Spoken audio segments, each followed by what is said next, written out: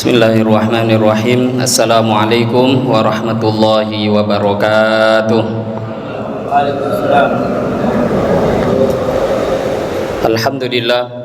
Alhamdulillahil fattahil alim alladzi khalaqal insana fi ahsani taqwim wa asyhadu an la ilaha illallahul wahidul hakim wa asyhadu anna sayyidana wa maulana Muhammadan abduhu wa rasuluhur raufur rahim. Allahumma salli wa sallim ala sayyidina Muhammadinil karim al-munzali alaihi wa innaka la'ala khuluqin azim wa ala alihi wa ashabihi alladhina ataw rabbahum biqalbin salim amma ba'da. Faqad qala Allah subhanahu wa ta'ala fi kitabihil karim ba'da a'udzu billahi minasyaitonir rajim wa may yattaqillaha yaj'al lahu makhraja wa yarzuqhu min haitsu la yahtasib wa man yatawakkal 'ala Allahi fahuwa hasbuh. Shadaqallahul azim. Wa qala an-nabiyyu sallallahu alaihi wasallam kullukum ra'in wa kullukum mas'ulun 'an ra'iyatihi atau kama qala Rasulullah sallallahu alaihi wasallam. Alhamdulillah, hadirin wal hadirat, asatidah yang hadir, yang semua insyaallah dimuliakan oleh Allah Subhanahu wa taala. Pertama dan terutama sekali, mari kita bersyukur pada Allah Subhanahu wa taala dengan mengucapkan alhamdulillahirabbil alamin. Bersolawat kita pada Rasulullah sallallahu alaihi wasallam dengan mengucapkan Allahumma shalli ala sayyidina Muhammad wa ala ali sayyidina Muhammad. Yang saya hormati para asatidah, para guru, para dosen yang hadir dalam majelis yang mulia ini. Bersyukur kita lagi dan lagi pada Allah Subhanahu wa taala sampai sore hari ini Allah masih memberikan begitu banyak anugerah kepada kita semua, terutama anugerah yang sangat besar, anugerah yang paling tinggi, anugerah yang paling mahal, yaitu anugerah iman, anugerah Islam, anugerah taat kepada Allah Subhanahu wa taala. Maka kita syukuri lagi dan lagi anugerah karunia yang Allah berikan pada kita. La in syakartum la azidannakum. Dengan syukur maka Allah akan tambahkan lagi anugerah karunia-Nya kepada kita. Syukur atas agama maka maknanya akan diistiqomahkan oleh Allah dalam taat kepada Allah. Siapa yang syukur atas agama maka dia akan terus diberi taufik pertolongan oleh Allah untuk taat kepada Allah Subhanahu wa taala. Di antara cara kita mudah istiqomah agama, syukur. Kalau kita syukur, hadirin yang mulia, sore hari ini kita diberi taufik oleh Allah untuk sholat asar.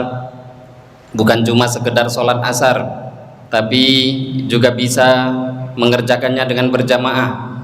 Tanda syukur itu diterima biasanya taufik tambahan Allah berikan.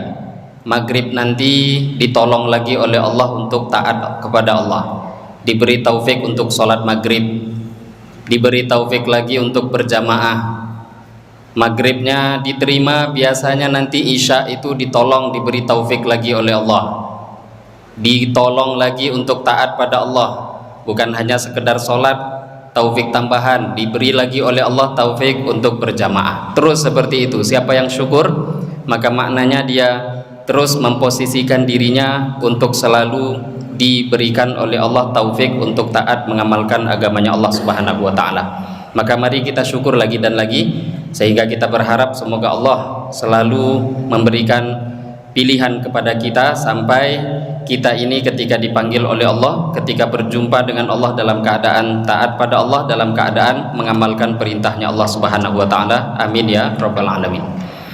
Hadirin wal hadirat, asatid dan asatidah yang dimuliakan Allah, pada sore hari ini kita duduk lagi di masjid ini. Jangan lupa niat i'tikaf, niatkan dalam hati nawaitul i'tikaf fi hadzal masjid sunnatan lillahi ta'ala. Niatkan dalam hati untuk duduk di masjid i'tikaf karena Allah lillahi ta'ala. Dan kita akan lanjutkan beberapa menit ke depan, insyaallah kurang lebih 40 menit. Kita akan mendengarkan, melanjutkan membaca beberapa hadis Rasulullah Shallallahu Alaihi Wasallam dari kitab Riyadhus Shalihin yang ditulis oleh Al Imam An-Nawawi rahimahullahu taala. Kita masih dalam babut taubah, hadis yang setelahnya yang di pekan lalu kita baca terakhir, kita akan lanjutkan hadis setelahnya. Bismillahirrahmanirrahim. Qala al-musannif rahimahullahu taala, nafa'anallahu bihi wa bi'ulumihi fid dharain wa bi sanadinal muttasil ila al-Imam An-Nawawi. Qala an Abi Sa'id Sa'd bin Malik bin Sinan, diriwayatkan daripada sahabat Abu Sa'id, yaitu sahabat yang bernama Sa'ad bin Malik bin Sinan Al-Khudri radhiyallahu ta'ala anhu. Kita kenal dengan diringkas biasanya oleh para ulama dengan nama Abu Sa'id Al-Khudri. Diriwayatkan daripada sahabat Abu Sa'id Al-Khudri radhiyallahu ta'ala anhu, nama asli beliau Sa'ad bin Sinan, Sa'ad bin Malik bin Sinan radhiyallahu ta'ala anhu. Tapi oleh pensyarah Muhammad Allan Asy-Syafi'i As-Siddiqi, beliau sedikit menambahkan, sebenarnya yang paling layak kalau kita mendengarkan nama Abu Sa'id itu bukan hanya mencukupkan dengan radhiyallahu anhu, tapi yang paling pas adalah ucapkan radhiyallahu anhuma. Kalau anhu itu kembalinya hanya untuk satu orang, untuk beliau. Tapi beliau ini bukan hanya beliau yang menjadi sahabat, tidak. Beliau memiliki ayah, tadi namanya Sa'ad bin Malik bin Sinan. Ayah beliau berarti Malik bin Sinan. Itu juga seorang sahabat Nabi Shallallahu Alaihi Wasallam. Banyak, tapi tidak seluruh sahabat seperti itu. Jarang-jarang juga. Di antara orang-orang yang ada di zaman Nabi, mereka beriman, ayahnya beriman. Anak dengan ayah beriman itu jarang. Lah di antara yang mendapat anugerah daripada Allah, dia beriman, ayahnya beriman, itu salah satunya adalah Abu Sa'id Al-Khudri radhiyallahu ta'ala anhu. Maka ketika disebut nama beliau dengan ayahnya, sewajarnya dibaca tarahumnya itu dengan sigot tasniyah, radhiyallahu ta'ala anhuma. Anin Nabi sallallahu alaihi wasallam, beliau meriwayatkan hadis daripada Nabi sallallahu alaihi wasallam mengenai fadilah atau bab tentang pentingnya taubat, dan bab yang menceritakan tentang luar biasanya rahmat Allah, yang mana rahmat Allah itu sangat luas, lebih luas daripada ancaman azab yang Allah berikan pada seorang hamba. Jadi rahmat Allah itu lebih luas daripada murkanya.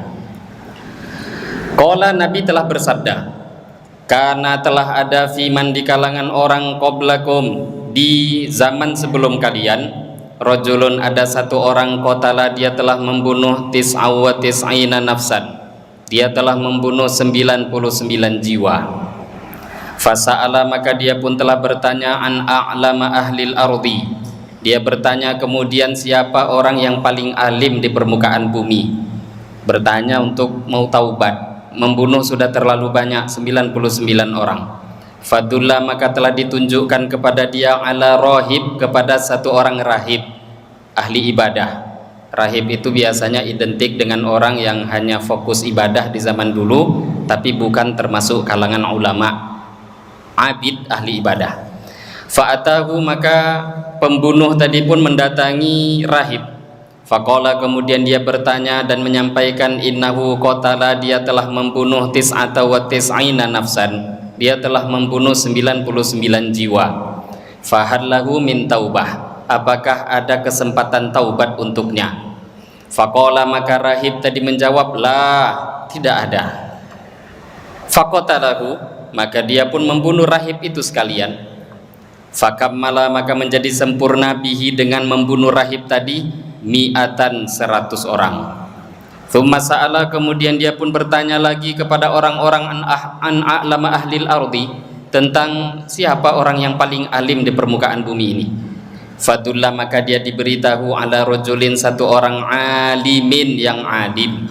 Faqala, ketika jumpa dengan orang alim tadi, maka dia mengatakan, innahu qatala mi'ah, innahu, sesungguhnya dia, qatala, telah membunuh mi'ata nafsin, 100 jiwa. Fahadlahu min taubah, apakah ada kesempatan untuk taubat? Faqala, maka orang alim ulama tadi menjawab, na'am, iya, kesempatanmu banyak. Waman, dan apa, yahulu bainahu wa bainat taubah, apa yang bisa menghalangi engkau dengan taubat itu? Wa man yahulu bainahu wa bainat taubah. Tidak ada apa yang bisa menghalangi antara dia dengan taubat. Ini kalau kita sedikit belajar nahwu sorof, ini domir kata kembalinya itu ghaib. Man yahulu, harusnya kalau dia ingin berbicara dengan orang yang datang, man tahulu. Di sini man bermakna ma ya. Tahulu harusnya apa yang menghalangi engkau, tapi di sini orang alim itu menggunakan bahasa yang luar biasa. Man yahulu, apa yang menghalangi seseorang, nggak disebut kamu ndak, karena sopan. Kamu pelaku maksiat, tapi bukan kamu ndak. Siapa yang terhalangi daripada taubat antara dia dengan Allah? Nggak nyebut orangnya langsung. Ini tata cara adab berbicara dengan seseorang. Apalagi kalau yang datang itu sudah orangnya pendosa, maka kalau disebut kamu itu terasa. Man yahulu bainahu wa bainat taubah, apa yang menghalangi seseorang antara dia dengan taubatnya? Ing tolik ila ardi kada wa kada, pergilah engkau ke negeri, satu negeri ke sana. Tidak disebut namanya, tapi di dalam sarah disebut nama kampung itu Basra. Hadis yang lain yang diriwayatkan oleh Imam At-Tabarani, beliau mendetailkan nama kampungnya itu dengan nama Basra. Dan kampung Ingtolik ila ardi kada wa kada, pergilah ke kampung Basra sana.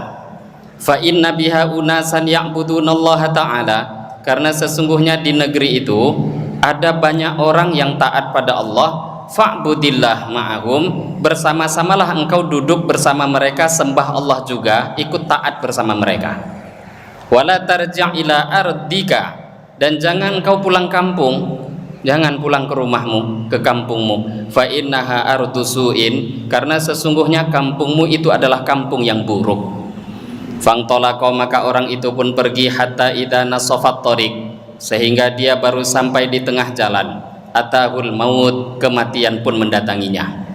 Fakta somat, maka telah bertengkar fihi, mengenai pendosa tadi, orang yang pendosa tapi mau taubat. Bertengkar malaikatur rahmati, malaikat rahmat, wa malaikatul adab, dan malaikat azab. Faqalat, berkata malaikatur rahmati, malaikat rahmat, ja'ata iban mukbilan biqalbihi ilallah, orang ini datang tujuannya taubat, menghadapkan dirinya pada Allah. Wa qalat malaikatul adab, malaikat azab protes, innahu lam ya'mal khairan qattu, nggak bisa, ini orang amal kebaikan sedikit pun nggak ada. Fa'atahum malakun, maka datang lagi satu malaikat, malaikat yang ketiga, fi surati adamiyyin, tapi datang dalam bentuk manusia. Faja'aluhu bainahum ay hakaman, malaikat yang ketiga itu pun dijadikan sebagai hakim di antara mereka berdua.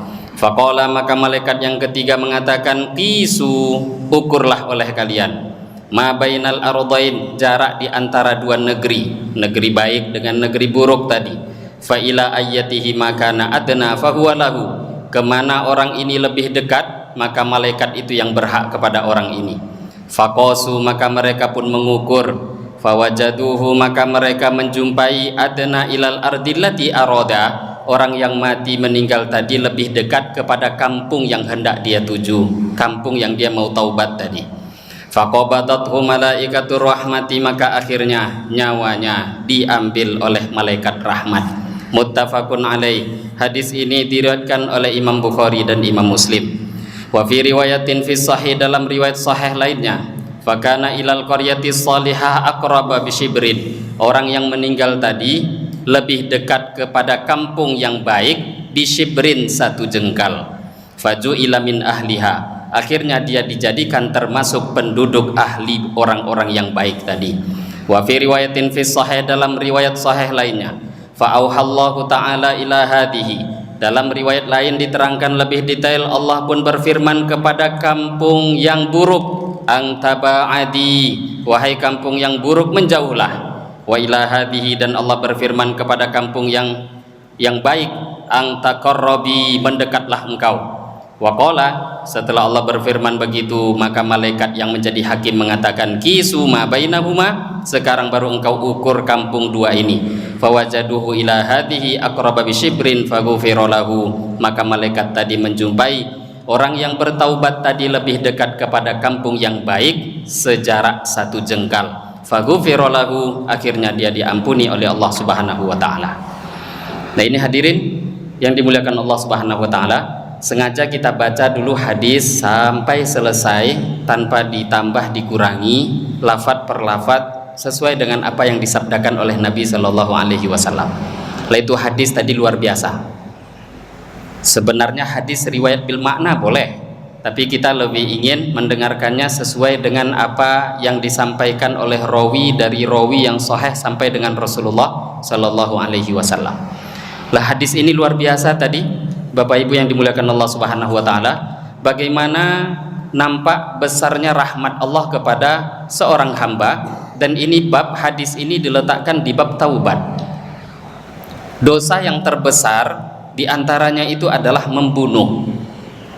Jangankan membunuh 100 orang, 1 orang saja kalau dibunuh itu ancamannya bisa-bisa masuk neraka berkepanjangan, panjang. Bahkan memang terjadi kesepakatan hampir, kecuali beberapa orang sahabat. Kalau hampir di zaman sekarang itu hampir ijma', tapi zaman sahabat terjadi ikhtilaf. Sahabat Abdullah ibnu Abbas, beliau memiliki fatwa yang berbeda. Apabila ada pembunuh itu kalau masuk neraka maka kekal di dalam neraka, tidak akan keluar-keluar. Beliau mengambil zahirnya ayat, wa man qatala mu'minan muta'ammidan fajaza'uhu jahannamu khalidan fiha.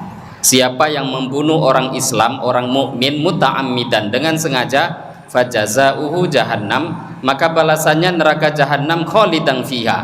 Bukan hanya masuk neraka jahannam tapi kekal. Nah, kita pun mayoritas ulama juga mereka mengatakan kekal memang di neraka kalau dia memang menghalalkan pembunuhan. Kalau sudah menghalalkan pembunuhan berarti dia telah menghalalkan satu perkara yang haram. Siapa yang menghalalkan perkara yang haram, maka dia bisa jatuh kepada kekafiran. Kalau kafir, ya masuk nerakanya selamanya. Maka jadi bukan secara langsung zahir itu kalau membunuh pasti neraka selamanya, tidak. Lah 1 saja begitu ancamannya. Bagaimana kalau kira-kira membunuh 2, 3, 4, 5, 6, 10, 20 orang? Lah ternyata dalam hadis ini bukan 20, 30 orang, 100 orang yang dia bunuh. Dan tentu ini pembunuhan karena tanpa penyebab yang diperbolehkan pasti. Ternyata sebesar ini pun dosa, selagi orang itu mau taubat, Allah Subhanahu wa taala ampunannya lebih luas daripada dosa yang dibuat. Dan tadi di sini ini pelajaran juga bagi orang-orang yang mungkin berjumpa dengan orang yang dulu terjerumus kepada maksiat, ingin taubat. Lah di sini dapat pelajaran yang besar yang diceritakan dalam hadis Nabi Shallallahu alaihi wasallam.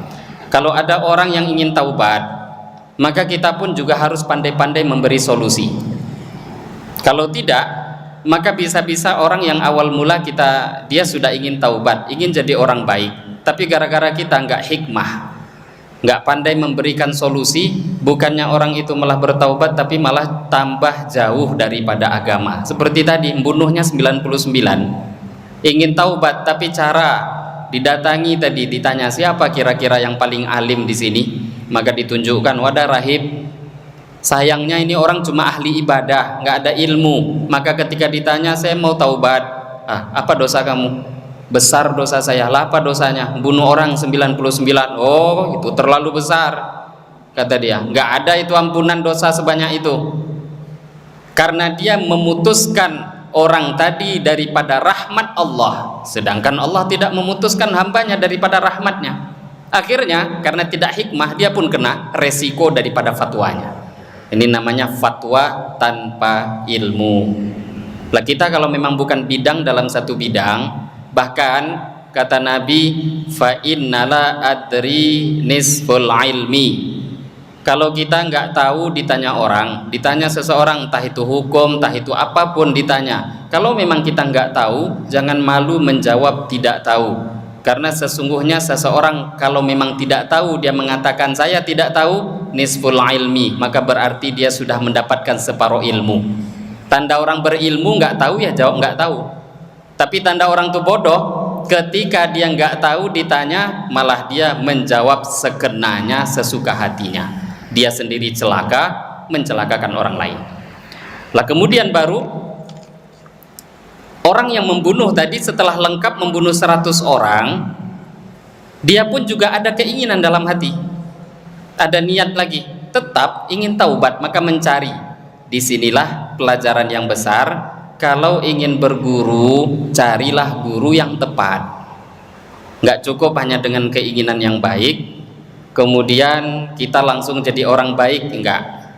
Perlu, kalau ingin berguru, ingin duduk, ingin ngaji, belajar hadis, apapun Bapak Ibu, jangan salah pilih guru.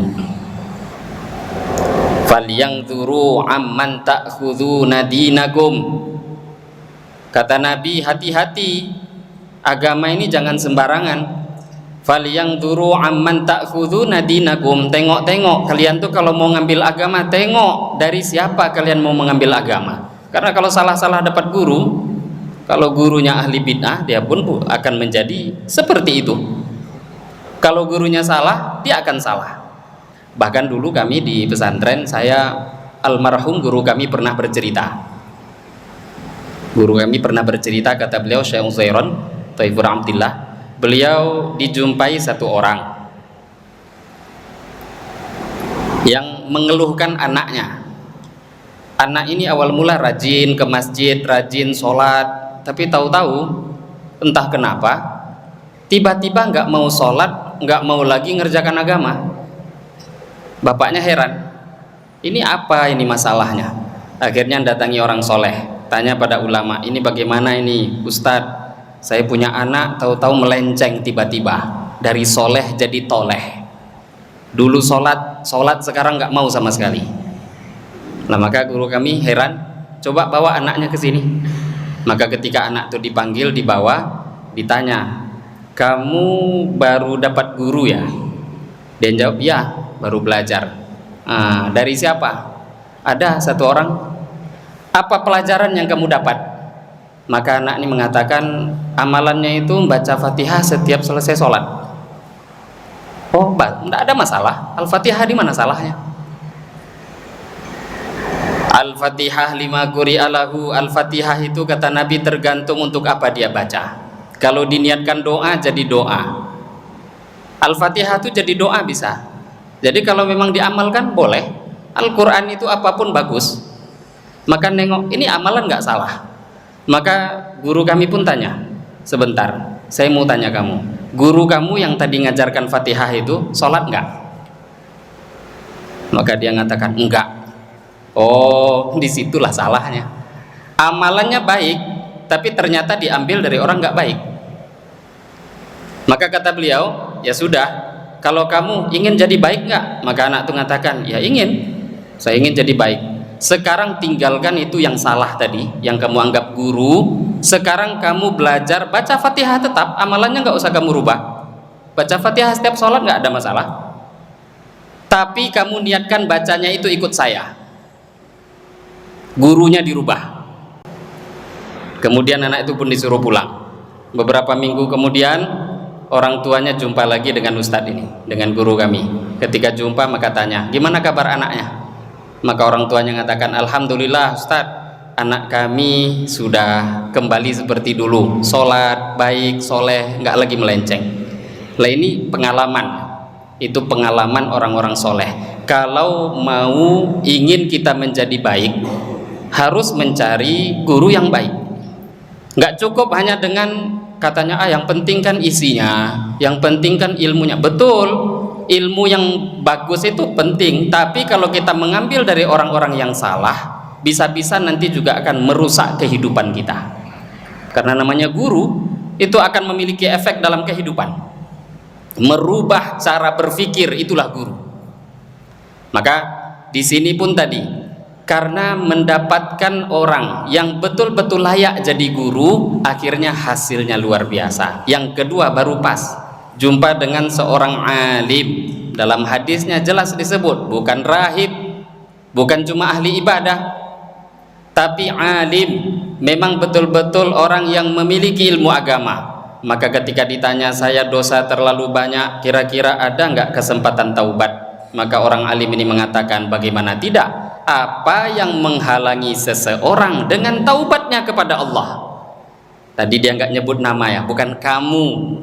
Jadi betul-betul orang itu ingin dibuat dia jangan sampai putus asa. Kamu buruk enggak? Jangan sampai orang itu merasa dirinya terlalu buruk.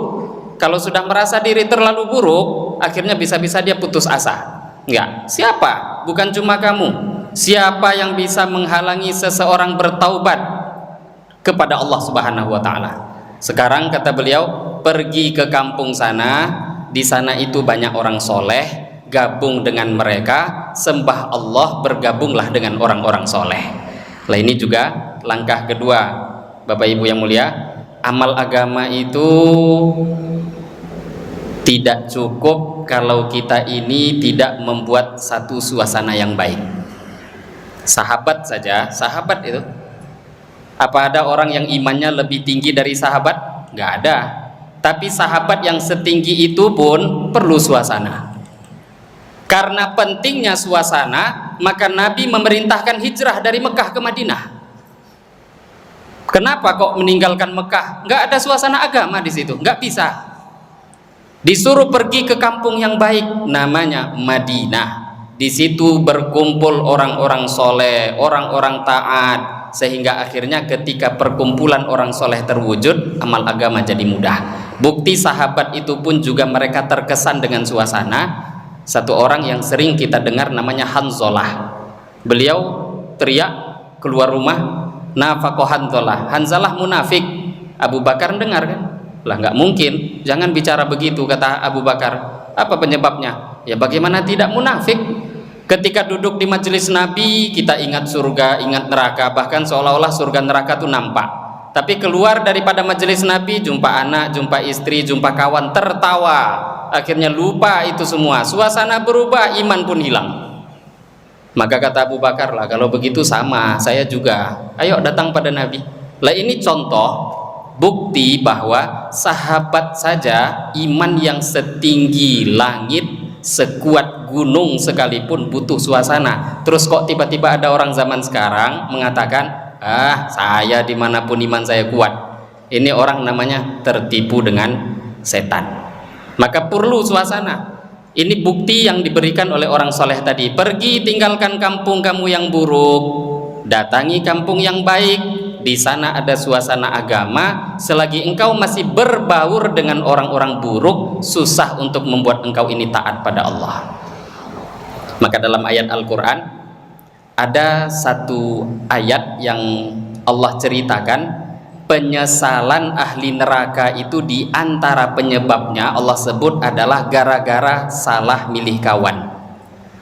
Salah satu penyesalan ahli neraka yang diceritakan dalam Al-Quran, ya wailata laitani lam attakhidh fulanan khalila laqad adallani anidz dzikri ba'da idz ja'ani wa kana asyaitanu lil insani khadhula. Ya wailata laitani lam attakhidh fulanan khalila. Kata ahli neraka, ya wailata, aduh celaka. Ya wailata laitani lam attakhidh fulanan khalila. Celaka, aduh celaka. Kenapa dulu di dunia seumpama aku tidak berteman dengan si fulan. Lam attakhidh fulanan khalila.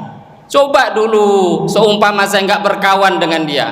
Laqad adallani anidz dzikri. Gara-gara dia membuat aku ini lalai, nggak ingat pada Allah. Ternyata penyesalan ahli neraka itu salah pilih kawan. Zaman sekarang ada orang mengatakan, siapapun terserah, nggak usah pilih-pilih. Iya, kita harus membedakan Bapak Ibu antara dakwah dengan sahabat.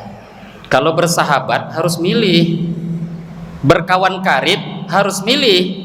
Kalau kenal nggak masalah. Tapi kalau dakwah jangan milih. Dakwah itu pada seluruh manusia. Orang baik kita datangi, orang buruk kita datangi, orang soleh datangi, orang toleh nggak soleh pun datangi, pejabat datangi, yang nggak pejabat datangi, siapapun nggak usah pilih-pilih. Asal tujuannya dakwah, kita mau menyampaikan agama, datangi semua orang. Tapi kalau berkawan enggak, berkawan itu hanya dengan orang yang memang nampaknya zahirnya nggak baik, datangi boleh nggak? Boleh, tapi satu ya, tujuannya ngajak dia pada kebaikan. Kalau tidak, kita yang akan menjadi rusak. Maka dalam satu hadis yang jelas, Nabi Shallallahu Alaihi Wasallam beliau mengatakan, awwalu ma dakhalan nuqsu ala bani Israil, kehancuran, kemunduran yang pertama kali terjadi pada Bani Israel. Apa penyebabnya? Annahu kana rajul yalqar rajul. Kata Nabi, kalau ingin tahu penyebab hancurnya Bani Israel, dulu ada satu orang jumpa satu orang lain. Lah satu orang jumpa dengan kawannya ini orang lain, ternyata jumpanya orang itu sedang maksiat. Maka waktu jumpa pertama kali dia dakwah, ya hadza ittaqillah wa da' ma tasna' fa innahu la yahillu lak. Dinasihati, hei, jangan buat begitu. Da' ma tasna', tinggalkan ini. La yahillu lak, ini enggak halal. Awalnya dakwah. Tapi kata Nabi, beliau ringkas cerita, kata Nabi, kemudian esok harinya wahwa akilahum wasyaribahum, tapi besoknya dia jumpa lagi orang ahli maksiat, oh malah makan bareng, duduk bareng, minum bareng. Kata Nabi, seolah-olah dia tidak memandang orang itu sedang maksiat. Sebelumnya masih dakwah, tapi sudah dia pun tidak mau lagi dakwah, duduk sama-sama, makan sama-sama, seolah-olah nggak ada kejadian apapun terjadi di situ. Kata Nabi Shallallahu Alaihi Wasallam, akhirnya Allah satukan hati mereka. Maknanya disatukan itu, hati yang pertama kali nampak taat itu akhirnya disatukan oleh Allah kepada hatinya orang-orang maksiat. Kemudian Nabi melanjutkan, dikarenakan itulah Allah menceritakan dalam Al-Quran, lu'inal ladina kafaru min bani Israel ala lisani Dawud wa Isa bin Maryam dalika bima asaw wa kanu ya'tadun kanu la yatanahawna am munkarin fa'alu labi'sa ma kanu yaf'alun tara katsiran minhum yatawallawna alladina kafaru. Ayatnya panjang. Kata Allah, telah dilaknat Bani Israel, Allah yang melaknat, ala lisani Dawud wa Isa bin Maryam, dilaknat dengan lisannya Dawud dan Isa ibnu Maryam. Kenapa? Allah ceritakan, kanu la yatanahawna am munkarin fa'alu, karena mereka enggak mau saling mencegah kemungkaran yang terjadi di kalangan mereka. Labi sama kanu yaf'alun, kata Allah, alangkah buruk apa yang mereka kerjakan. Jadi memang penyebab kalau kita ini mau berkawan harus milih. Ini zaman sekarang, ini zaman rusak. Kadang kita tuh dapat nasihat, oh ini nampaknya orang-orang ini sok-sok suci. Kamu nggak mau berkawan sama kami ya? Sok suci. Bahasa sok suci itu Bapak Ibu dari zaman dahulu sudah ada. Ketika Nabi Nuh dakwah, apa kata kaumnya Nabi Nuh? Innahum unasu yatatoharun. Ini bahasa orang kafir zaman dulu, nggak hilang sampai zaman sekarang. Allah sok suci. Ini manusia-manusia ya tatoharun, sok suci. Jadi ketika ada orang ngajak baik, ketika kita berkumpul dan belajar untuk menjadi orang baik, tahu-tahu setan itu semua akan ribut. Setan itu ada dua, setan jin, setan manusia. Bahkan luar biasanya dalam Al-Quran, setan itu tingkat pertama itu yang Allah levelkan pertama itu malah setan itu manusia dulu. Syayatinal insi wal jin yuhi ba'duhum ila ba'din zukhrufal qawli ghurura. Setan manusia, syayatinal insi wal jinni. Level pertama itu manusia dulu. Jin itu setannya levelnya di bawah manusia. Kenapa? Karena Bapak Ibu, manusia itu kalau sudah jadi setan, itu setan asli itu kalah. Dalam beberapa kitab tafsir, tapi ini riwayat ya, diceritakan zaman dulu setan tuh pernah jumpa dengan Firaun. Tapi jumpanya itu setan tuh heran. Setan tuh heran dengan Firaun jumpa, maka setan dialog, Firaun, kamu itu punya apa? Hebat pun tidak dibanding kami, kekuatannya dibanding kami setan asli ya kuat kami. Kalau dibilang tenaganya ya menangan kami. Kalau sombong itu apa yang layak kamu sombongkan dibandingkan kami, kata setan. Lah kami sehebat ini ngaku jadi Tuhan nggak pernah loh. Kamu nggak punya apa-apa tapi kok ngaku jadi Tuhan. Jadi manusia tuh kalau sudah rusak itu rusaknya lebih parah daripada iblis laknatullah alaih. Sebaliknya, kalau manusia itu baik, lebih baik daripada malaikat. Lah ini semua kan butuh usaha. Maka bahasa-bahasa yang di zaman ini jangan membuat kita tertipu untuk berkumpul dengan orang-orang baik. Butuh suasana. Entah bahasa nggak enak kok di kecean wak sok-sok, nggak bisa. Dengan bahasa itu, bahasa sudah ribuan tahun dipakai. Setan dulu yang nipu di zaman Nabi Nuh masih hidup sampai sekarang. Lah kita umur baru 40, 30, 25 merasa berpengalaman. Iblis yang ada di sekitar kita umurnya 3000 tahun, 4000 tahun, merasa kita hebat. Lah kan salah. Maka Nabi mengajarkan pada kita, Nabi yang mengajarkan kalau kita merasa punya pengalaman salah Bapak Ibu, maka betul-betul butuh suasana. Dengan suasana yang baik akan membuat kita lebih mudah menjadi orang baik. Lah ini pelajaran yang besar daripada orang yang taat tadi. Disuruh pergi ke kampung baik, maka nanti engkau di sana gabung orang-orang baik akan membuat engkau mudah menjadi orang-orang taat kepada Allah Subhanahu wa taala. Maka kampung itu sebenarnya dari segi kampung, para ulama mengatakan kampung itu sebenarnya nggak ada yang baik, nggak ada yang buruk. Baik buruk itu kan orangnya, bukan kampungnya. Maka dalam satu syair dikatakan, bisukaniha takhlud diyaru wa tarkhusu. Bisukaniha, dikarenakan penduduk satu tempat, takhlud diyaru, maka akan menjadi nampak kampung itu jadi kampung orang hebat ataukah kampungnya orang rendah. Jadi kampung bagus, nggak bagus bukan kampungnya, orangnya. Kalau orangnya baik, maka nanti semua orang mengatakan kampung yang baik. Mekah dulu ditinggalkan Nabi. Kenapa? Isinya memang orang buruk. Tapi setelah itu dakwah berjalan, Madinah jadi pusat peradaban Islam. Akhirnya kemudian Nabi kembali ke Mekah, Fathu Makkah. Tahu-tahu berubah semuanya, Mekah menjadi wali-wali Allah. Akhirnya Mekah pun kembali. Jadi bukan tempat, orang-orang apabila ada di satu tempat orangnya baik, kampung itu akan diberkahi oleh Allah Subhanahu wa ta'ala. Lah ini satu hadis yang kita dengar luar biasa pada sore hari ini, nasihat bagaimana pentingnya bertaubat kepada Allah. Lah tadi bayangkan ini Bapak Ibu, orang ini beramal soleh pun belum sempat. Saking gak sempatnya malaikat azab kan protes tadi. Kok dibawa? Mau dibawa malaikat rahmat kan? Kata malaikat rahmat, ini niat taubat ini. Baru niat, kata malaikat azab. Buat baik belum pernah. Maka untuk memutuskan itu Allah Subhanahu wa ta'ala kirim malaikat yang menjadi hakim. Baru niat yang baik, taubat itu dimulai dengan niat.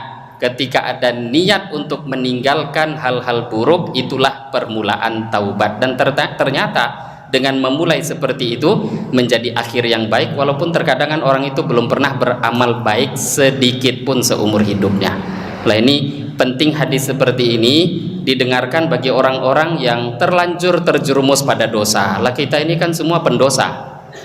Kullu bani Adam khatta'un, yang mengatakan kita pendosa ya Nabi. Kata Nabi kita semua pendosa. Wa khairul khatta'in at-tawwabun, tapi sebaik-baik pendosa yang pernah terjerumus itu adalah orang yang tawwabun, orang yang selalu kembali bertaubat kepada Allah Subhanahu wa ta'ala. Nah ini mungkin satu hadis yang bisa kita dengar pada sore hari ini. Kurang lebih ada 40 menit tadi kita baca satu hadis, tapi semoga satu hadisnya berkah. Ada hadis yang panjang sekali, maka tadi saya kalau mau lanjutkan ini susah untuk dilanjutkan. Insya Allah nanti kalau umur panjang akan kita baca hadis ini di pertemuan setelahnya. Ini hadis yang sangat panjang, kisah taubatnya Ka'ab bin Malik radhiyallahu taala anhu. Ini kalau dilembarkan itu entah 3-4 lembar. Kalau saya pakai sarah isinya 20 lembar. Tapi kalau dalam kitab yang hanya berisi matan itu mungkin 2 lembar, 3 lembar, sekitar 5-6 halaman. Lah itu kalau kita baca, kita akan lihat nanti bagaimana hadis Nabi dari lafadz-lafadz beliau, lafadz yang disampaikan itu setiap kata, setiap kalimat itu mengandung pelajaran yang berharga. Dulu kami punya guru almarhum juga, namanya Kiai Nur Thahir. Beliau meninggal beberapa tahun yang lalu. Setiap orang, setiap ustadz punya ciri khas. Saya belajar kitab Sahih Al-Bukhari daripada beliau. Lah beliau setiap mengajar Sahih Al-Bukhari itu nggak mau nerangkan, baca sesuai dengan apa isi hadis. Selesai, maka beliau di akhir majelis selalu mengingatkan, saya suka kalian dapat nasihat langsung dari Rasulullah, saya nggak ingin kalian dapat nasihat dari saya yang pendosa. Lah kalau hadis dari Nabi itu memang nurnya jauh lebih besar. Walaupun kita tahu selain Nabi, para ulama itu juga pewaris para Nabi, tentu akan ada kebaikan. Maka tadi berbagai macam beda-beda karakter, ada ustadz yang punya cara masing-masing. Itu guru kami tadi, beliau suka kalau hadis itu dibaca dulu, nasihat seperti apa datang dari Nabi itu akan jauh lebih mengena. Lah mungkin ada lafaz-lafaz yang susah atau ada pelajaran-pelajaran ingin diterangkan, maka terangkan secukupnya. Ini mungkin yang bisa kita bahas pada sore hari ini. Maka mari kita sebelum menutup majelis ini, mari kita tutup dengan doa kifarah majelis. Subhanallah bihamdihi, subhanakallahumma wa bihamdika, asyhadu an la ilaha illa anta, astaghfiruka wa atubu ilaik. Wabillahi taufiq wal hidayah. Wassalamualaikum warahmatullahi wabarakatuh.